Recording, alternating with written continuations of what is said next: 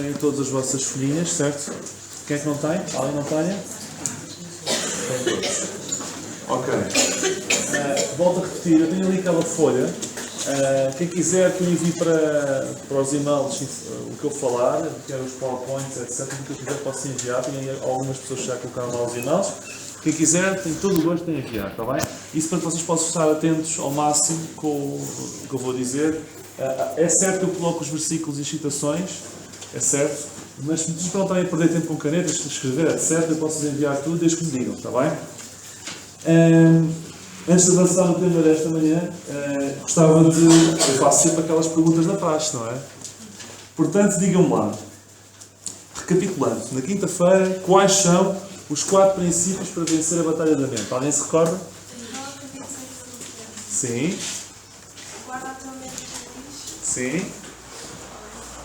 Estás bem. Já disseste 2 que ninguém falou. Ótimo. Não precisa de ajuda. Nunca deixes de aprender. Nunca deixes de aprender. Podem consultar as folhas. Exatamente. Ouçam, isto, a vida não deve ser decorada. Portanto, é bom saber onde é que as coisas estão. Ir lá consultar, mesmo nível de livros e de apoio. Nunca se esqueçam, acima de tudo, é pôrmos em prática isto. Isto é essencial.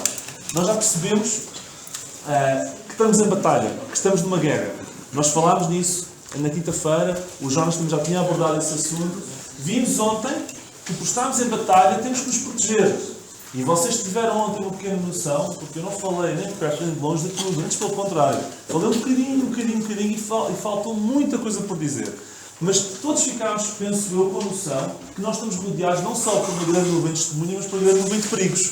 Os perigos estão à nossa volta. Eu ontem estava a falar com o Carlos, eu ontem tive que sair. E vocês vão sentir isso aqui um bocadinho. Uma pessoa quando sai daqui, parece que entra noutra dimensão. Liga ao rádio, eu desliguei logo o rádio. Era só mais notícias assim. Eu já estou cheio de saudades, acabei de sair, só pensei voltar. E se não tivesse mesmo que ficar onde fiquei, tinha voltado muito mais cedo. Nós estamos rodeados de uma grande nuvem de perigos e que afetam a nossa mente. Ok? Hoje vamos falar sobre mais uma estratégia de defesa, talvez as mais importantes. Ontem, se recordam, eu terminei com este... Deixa-me só ir para aqui, com licença, Carlos, não te importas, para poderem ver todos. Obrigado. Eu terminei com este slide que diz isto, eu vou apenas citar. Enquanto a nossa mente estiver a ser conformada com o mundo, e o que é isto, ser conformado com o mundo? Tomar a forma. Tomar a forma. Mas de acordo com os perigos que nós falámos ontem, o que é que significa? É estar a absorver tudo aquilo que não interessa. Falando curto e grosso, ser conformado com o mundo é ter a nossa mente aberta para aquilo que não interessa. E quando damos por nós ocupamos a nossa mente com esse lixo e quando damos por nós estamos iguais ao mundo. Isto é vivermos conforme o mundo. Quando fazemos isso, e acreditem, não é preciso fazer esforço para fazer isso, porque naturalmente nós temos uma tendência enorme para fazer disparates. Temos é que fazer força para fazer o bem. Porque para vivermos conforme o mundo não temos que fazer nada. Nós naturalmente fazemos-o. Para fazermos o bem é que é uma carga de trabalhos. Mas quando fazemos isso, e por isso é que temos que ter a mente com o chamado firewall, o tal antivírus. Qual é o antivírus? O Espírito Santo. O Espírito Santo. E como qualquer antivírus temos que fazer o update. E como é que se faz o update do Espírito Santo? Buscando Deus, não é? Exatamente. Quando temos esse update feito, nós conseguimos evitar esse conformismo. Mas eu queria destacar novamente, quando vivemos conformados com o mundo, eu acho que o grande drama é que perdemos anos e anos de vida de transformação por Deus. E vamos ver um bocadinho isso hoje. Okay? Até porque a passagem com a qual terminei ontem é aquela que vou começar hoje. Renova a tua mente. Vamos abrir a Bíblia, por favor, nesta passagem. Romanos 12, 1 e 2. Romanos 12, 1 e 2. Apesar de estar aqui, eu gostava que lessem estes versículos. E vamos ler com muita atenção. E eu pedi ao Celso, se for possível, que lesse. Romanos 12, versículos 1 e 2.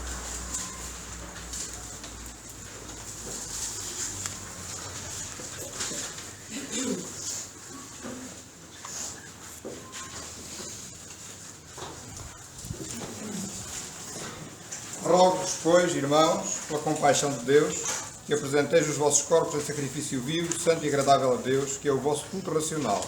E não sede conformados com este mundo, mas sede transformados pela renovação do vosso entendimento, para que experimenteis qual seja a boa, agradável e perfeita vontade de Deus.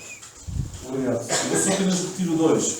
E não vos conformeis com este mundo, mas transformai-vos pela renovação da vossa mente, ou entendimento, para que experimenteis qual seja a boa, agradável e perfeita vontade de Deus.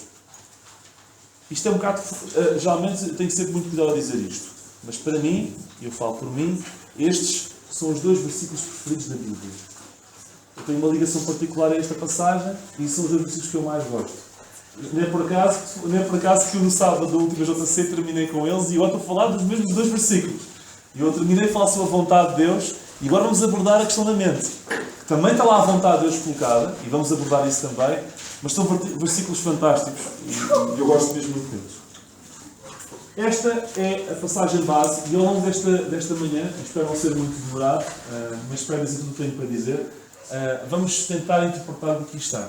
A renovação do vosso entendimento pode ser traduzido por renovação da vossa mente. Vamos ver o que isso é. Antes disso, vamos perceber e vamos responder as questões. O que é a renovação da mente? O que é a renovação da mente?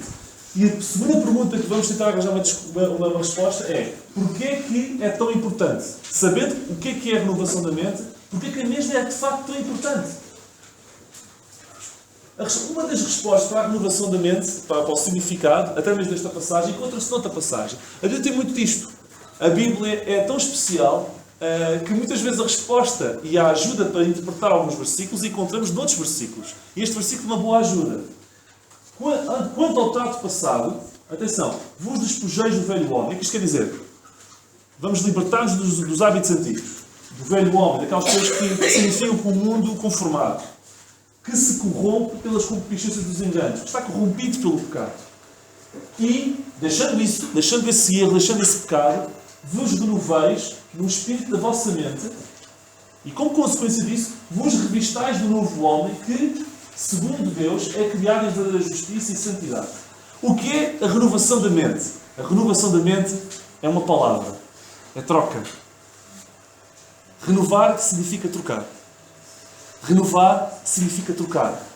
É trocar o velho pelo novo. É trocar pensamentos maus por pensamentos bons. É trocar o chip do conformismo com o mundo pelo chip do inconformismo com o mundo.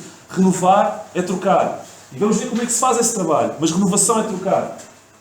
E ouçam, volta e meia podemos pensar, mas como é que consigo mudar velhos hábitos? Como é que consigo mudar coisas que eu sei que faço mal, que eu não quero fazer mal? Não procurem lutar contra isso. Não procurem lutar contra o pastel de nata, como vimos. Porque vamos perder. Vamos lutar e colocar tudo na mente. Tudo se passa aqui. Vamos primeiro tirar o que está mal. Vamos substituir isso que está mal, troca, renovação é troca, por coisas boas. Tudo o que é justo, tudo o que é puro, tudo o que é amável. Nisso pensai. E com a mente limpa, as ações vêm por acréscimo. Se vamos tentar fazer as ações com a mente suja, mais tarde ou mais cedo caímos outra vez a esparrela e estamos outra vez a voltar atrás. Primeiro é limpar a mente. Com a mente limpa, as ações vêm por acréscimo. No final eu vou dar a palavra. Está bem? Não te esqueças. Tá? As ações, podes pôr nas notas, naquela folhinha abaixo, se quiseres, para não te esqueceres. As ações vêm por acréscimo. Mas renovação implica troca. Descobri este versículo. Este versículo é fantástico. Já tinha lido, mas nunca tinha dado importância. Jeremias 48:11 fala sobre Moab.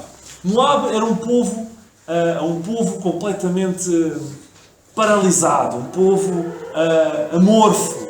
E vamos ver como este versículo explica isso. E muitas vezes as nossas mentes, uma mente renovada é uma mente amorfa. O que é que isso significa? Moab esteve descansado desde a sua mocidade. Não fazia nada. Estava tudo bem. Nunca mudava. E repousou nas suas borras. Antes de mais, deixe-me explicar o que é que significa aqui a questão das borras e do vinho, etc. Antigamente, os processos de fermentação eram muito arcaicos. E como é que se fermentava e purificava o vinho? Trocando de vasilhas. Ia trocando vasilha por vasilha, vasilha por vasilha, e o vinho ia sendo purificado. E aqui a Bíblia compara Moab, okay, a um vinho que não é trocado de vasilha. Vamos ler. E portanto tinha muitas borras. Tinha muitas borras. E não foi... O que é que diz ali? Mudado. Ou seja, não foi renovado. Depois explica. de vasilha para vasilha, nem para o cativeiro. Por isso conservou o sabor e o seu cheiro não se alterou. Deixem-me dizer-vos, quando nós não renovamos a nossa mente, aos olhos de Deus, nós cheiramos mal. O bom cheiro de Cristo não existe. Existe muita borra. E sabem, não é por acaso que Romanos 12:1 começa com uma expressão que muita gente não gosta, que é sacrifício vivo. Sim, porque Romanos 12:2, a renovação da mente implica sacrifício. Não é por acaso que Paulo começa, rogo-vos, do género. E isto é muito importante, tenham atenção, que vem aí é forte, é o que quer dizer rogo-vos. E depois diz, vem aí sacrifício. E depois explica qual é o sacrifício. É renovar a mente. Não é fácil. Mas a questão é que eu, renovando a mente, eu vou descobrir qual é a boa, agradável, perfeita vontade de Deus. E vamos ver isso. Como é que eu sei a vontade de Deus? Como é que eu sei a vontade de Deus? Esquece a vontade de Deus. Renova a tua mente e vais descobrir qual é a vontade de Deus. E vamos ver daqui a pouco como é que isso se faz. Nós não fomos chamados para continuar com o mesmo cheiro. Entendem esta expressão? Figurativa. E com o mesmo sabor. Não fomos chamados para isso. Todos nós, este versículo é fantástico, todos nós, com o rosto descoberto, refletindo como um espelho a glória do Senhor. E como é que nós refletimos a glória do Senhor como um espelho? A seguir diz, sendo transformados de glória em glória. Deixem-me pôr de vasilha em vasilha. Nós, quando renovamos a nossa mente, e Deus coloca-nos a ser transportados de vasilha em vasilha, que é a renovação da mente, nós vamos refletindo a glória de Deus como um espelho. Porque automaticamente o nosso cheiro é outro. E vamos ver um exemplo bíblico de que como as pessoas, o que é que as pessoas veem quando estão propriamente renovadas. E vamos ver um exemplo bíblico nesse sentido aqui de carinho. Portanto, isto é a renovação da mente. Refletimos a glória de Deus mediante a renovação das nossas mentes. Porquê é que é tão importante a renovação da mente? Já respondemos à primeira pergunta, o que era. E porquê é que é tão importante? Exemplo de José. Todos vocês, quem é que não conhece, melhor, todos sabem mais ou menos qual é a história de José, mas eu vou falar um bocadinho sobre a história de José. José, nos seus aproximadamente 17 anos, segundo se consta, ele passou um mau bocado. Ele era motivo, os seus irmãos não gostavam dele porque o seu pai tinha uma preferência por ele, clara, e José, além disso, era uma figura fantástica, mas ele não tem culpa de ter sonhos especiais. E o que é certo é que depois ele falava ao pé dos irmãos os sonhos que tinha e dizia, olha, eu sonhei hoje que eu estava no meio, vocês todos estavam-se a prostrar perante mim. Os outros ficavam todos passados, como devem imaginar. Isto está sempre a inventar sonhos e a falar de sonhos em que está sempre no centro. Isto e a preferência do pai levou, e movido pelo diabo, como é óbvio, também levou a que um dia os irmãos, completamente atordoados e movidos por outros interesses que sabemos quais são, o colocassem o José numa cova e o vendessem aos mercadores. Ele tinha mais ou menos 17 anos, segundo se conta. José tinha motivos para quê? Para ficar revoltado, para ficar chateado, para ficar amargurado, para ficar zangado. Nunca vimos isso na Bíblia. Continuar. Chega à casa de Potifar e arma-lhe uma armadilha e ele é injustamente preso. Eu vou acelerar que é para não estar a dar os detalhes todos. Depois, se quiserem, leiam a história, que é fantástica. Vai para a prisão. Vemos ele a queixar-se. Vocês veem ele logo lá a queixar-se. É pá, que pouca sorte, pá. Metem-me num buraco. Mandam-me para ali. Que eu faço tudo certinho, como Deus quer. Agora mandam-me para a prisão. Não há ressentimento. Na sua mente não há ressentimento. Mais tarde, ele chega à prisão e Deus tinha dado um poder especial de adivinhação. E ele consegue interpretar, neste caso, de interpretação, os sonhos de um copeiro e de um padeiro. E ele sabia que eles mais tarde ou mais cedo iam chegar à corte. E pediu ao padeiro e ao copeiro, quando chegarem à corte, falem lá com o faraó para me tirar daqui, porque eu não tenho culpa nenhuma. E eles disseram, fica descansado. Falaram eles? Não falaram. Falaram mais tarde, um lembrou-se mais tarde. E ele, durante todo este processo, nunca se queixou.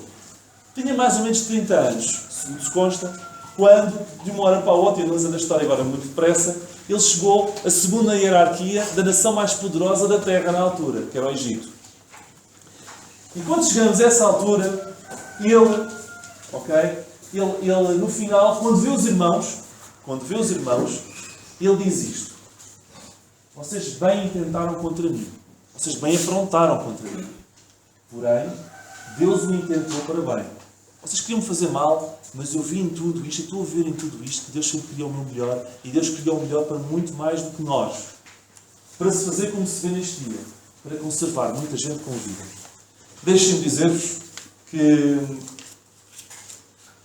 José só podia dizer isto e só podia ter esta reação porque tinha uma mente renovada. Porque se eu alimentasse a sua mente com ressentimento e com coisas que não interessava, ele jamais era capaz de dizer isto que estava aqui. Há uma coisa fantástica. Nós lemos, eu vou citar, aliás, não vou citar para não perder mais tempo. Nós lemos em Gênesis 39:3 que quando os outros estavam com ele, viam Deus. Viam que Deus estava com ele. Uma mente renovada é uma mente que emite cheiro, aquele bom cheiro de Cristo.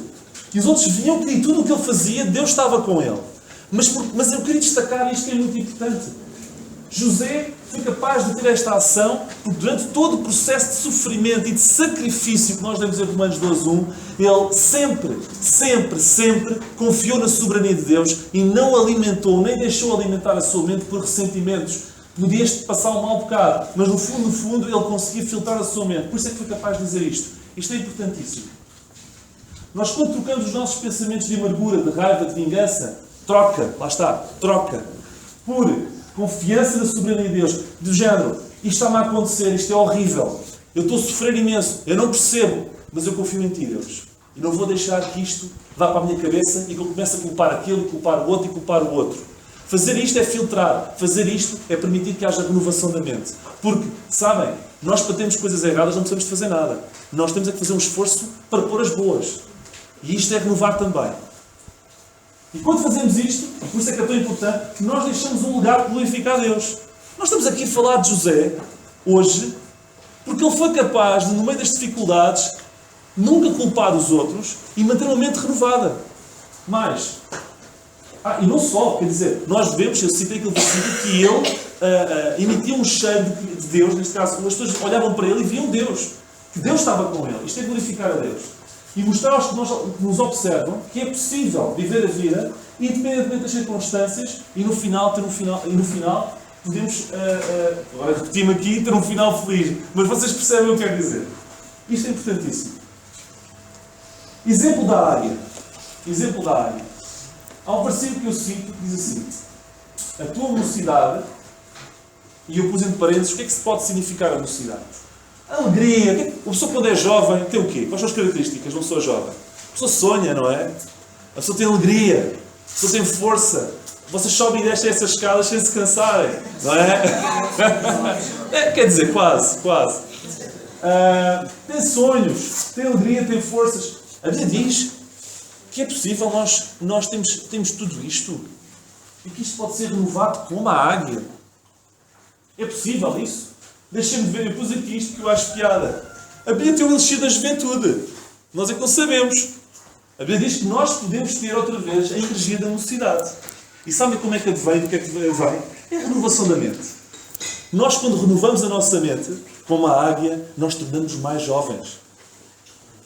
Só que isto tem sacrifício. Romanos 12:1. Mas tem um benefício fantástico. Este é o elixir da juventude. Aqueles filmes que a gente vê do elixir da juventude, está aqui de uma gruta, num copinho, depois aquela coisa verde e tudo mais. São histórias. O elixir da juventude está na renovação da mente. Vocês sabiam, eu fiquei impressionado com isto. E nem por acaso que Deus escolheu a águia como símbolo da renovação. A águia é o único animal que, ao trocar as penas na mudança de estação, fisicamente as forças são renovadas. As penas velhas caem, as penas novas crescem e as forças se renovam. Troca penas velhas por penas novas. E com isso vemos renovação. A natureza testifica do que Deus diz. Mesmo que não houvesse praticamente quem falasse, nós olhando para a natureza, como já vimos esta semana, nós teríamos muito que aprender. As penas velhas caem, as penas novas crescem, as forças são reforçadas. Renovação. É isto que significa. É dos raros animais com visão telescópica. Vê um coelho a mais de uma milha. Eu estou a ficar cada vez mais cegueta. Mas a águia não. A águia vê um coelho a mais de uma milha. É impressionante. E não está paradinho, olhar para ela. Está-se a mexer e quando não está escondido. E isto quer dizer o quê? Sendo a águia o exemplo de renovação, eu devo admitir, e não é nenhum erro fazê-lo, de que uma mente renovada vê além do que é visível. Vê além do que é aparente. Pode estar o castelo cercado, mas vê sempre a salvação. E isto não é algo que se faça forçado. Ou, aliás, nada da vida espiritual deve ser forçada, porque senão não consegue ser feita. Nós não conseguimos contrariar. Isto é algo que o Espírito Santo ajuda a transformar. Mas conseguimos ver além do que é visível. Irmãos, José fez o que fez porque sempre acreditou que Deus estava com ele. Ele viu além dos problemas. Uma mente renovada também é isso. É como a águia. É ver além dos problemas. É ter visão telescópica. Mente renovada e a vontade de Deus. Não vos conformeis com este mundo, mas ser transformados pela renovação da vossa mente. Para quê? Para que experimenteis qual seja a boa, agradável e a perfeita vontade de Deus. José, se não tivesse a atitude de renovação mental que teve, nunca no final poderia ter percebido a vontade de Deus como diz que percebeu. E pior, o seu povo nunca tinha sido beneficiado. Estou seguro que Deus usaria outros Josés, porque acima de tudo estaria a manutenção do seu povo como mais importante. E quando nós não queremos ser usados, Deus levanta outros. Mas José teve o benefício de ser ele usado. Mas o que eu acho mais importante é ele ter percebido a vontade de Deus. E isso percebe-se quando nós damos lugar à renovação. E ele fez. Querem saber a vontade de Deus? Deixem de procurar aqueles livros primeiro ponto, segundo ponto, terceiro ponto. Só um ponto. Renovação da mente. Se renovares a mente, é a Bíblia que diz, é Deus que diz, não sou eu. Tu vais descobrir o que é que Deus quer para ti. Porque automaticamente o Espírito Santo faz-te os impulsos. Isto, é isto, é isto, é isto. É consecutivamente. A mente renovada sabe a vontade de Deus. Mente renovada e conformismo. É outra coisa que nós vemos aqui. O versículo diz, e eu cito, e não vos conformeis com este mundo, mas transformai-vos pela renovação da vossa mente, para que experimenteis qual seja a boa, agradável e perfeita vontade de Deus. Não vos conformeis, mas transformai-vos pela renovação do vosso entendimento. Sabem o que eu acho? Eu vou dizer qual é que é a minha opinião. Eu acho que esta passagem, ao estar aqui escrita, mais importante do que nós descobrimos qual é a vontade para nós, é não nos conformarmos. A renovação da mente serve para nós não nos conformarmos e marcarmos a diferença do mundo. Ao fazê-lo, vamos experimentar a vontade de Deus. Porque nós, quando temos que olhar para a Bíblia, temos que olhar para o nosso interesse. Deus preocupa-se connosco, mas os seus interesses são mais importantes. Deus, acima de tudo o resto, quer que nós deixemos aqui a marca dele. Não nos conformarmos a deixar a marca. Ao fazê-lo, Ele cuida dos nossos interesses. E descobrimos a vontade dele. Estão a ver a importância? O não conformismo é um dos primeiros passos, através da renovação da mente, para descobrirmos qual é a vontade de Deus. Temos que ler este versículo como deve ser lido. Já sei como é que eu vou descobrir a vontade de Deus. E vamos ler assim um pouco egoísta. Então vou renovar a mente, vou saber a vontade de Deus. Boa, tenho aqui um bom truque. Não. Não devo conformar. E o truque para não conformar, porque Deus não nos quer conformados, é renovarmos a nossa mente. E por acréscimo, vamos descobrir, experimentar a boa, a perfeita e agradável vontade de Deus. É assim que eu vejo o versículo. E eu acho, e não é por acaso, Deus, primeiro os interesses de Deus, não conformismo, depois Deus dá-nos aquilo que nós precisamos, que é a vontade para as nossas vidas. Lá está. Acredito que o maior fim da renovação da mente é a criação de inconformistas no mundo. O maior fim. E não vos conformeis, mas ser transformados pela renovação do vosso entendimento. Mente renovada e Espírito Santo. Eu estou quase a terminar, porque há muita coisa para fazer e não é por muito falar que vocês vão perceber mais. Este versículo é muito importante. Sabiam que esta é a única passagem, Tito 3.5, que aplica a mesma palavra no grego de renovação que está em Romanos 12.2. E é curioso que a palavra renovação de Romanos 12.2, agora aqui, que é a mesma, está associada ao Espírito Santo. E o versículo diz: não é pelas obras de justiça que houvéssemos feito, mas segundo a sua misericórdia nos salvou pela lavagem e regeneração e a renovação do Espírito Santo. Eu entendo aqui, pela Bíblia, que o Espírito Santo tem um papel fundamental na renovação da nossa mente. A palavra é a mesma, está associada à mesma coisa.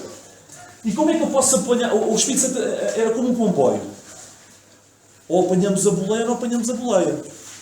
Porque ele tem inclinações próprias. Ou seguimos as inclinações que ele tem, ou nós seguimos as inclinações que ele tem. Ele gosta de coisas especiais.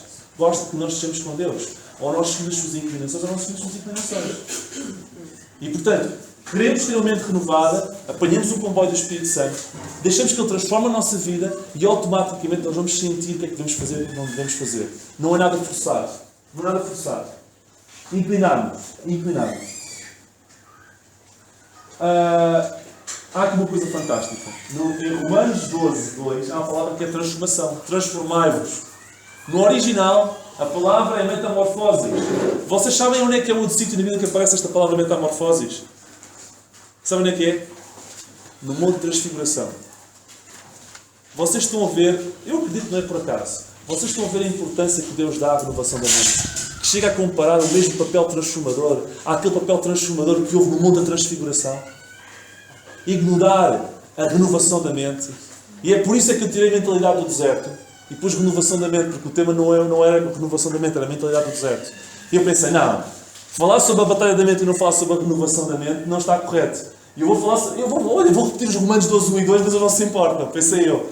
Porque é fantástica esta passagem. Metamorfoses. Nunca se esqueçam disso. Para Deus é muito importante a renovação da mente. Termino como comecei. Enquanto as nossas mentes estiverem a ser conformadas com o mundo, com o lixo do mundo, como nós já vimos durante esta semana, nós perdemos. E isto é que é mais importante. Nunca devemos olhar para as coisas no sentido egoísta. Para nós. Pensemos sempre para Deus.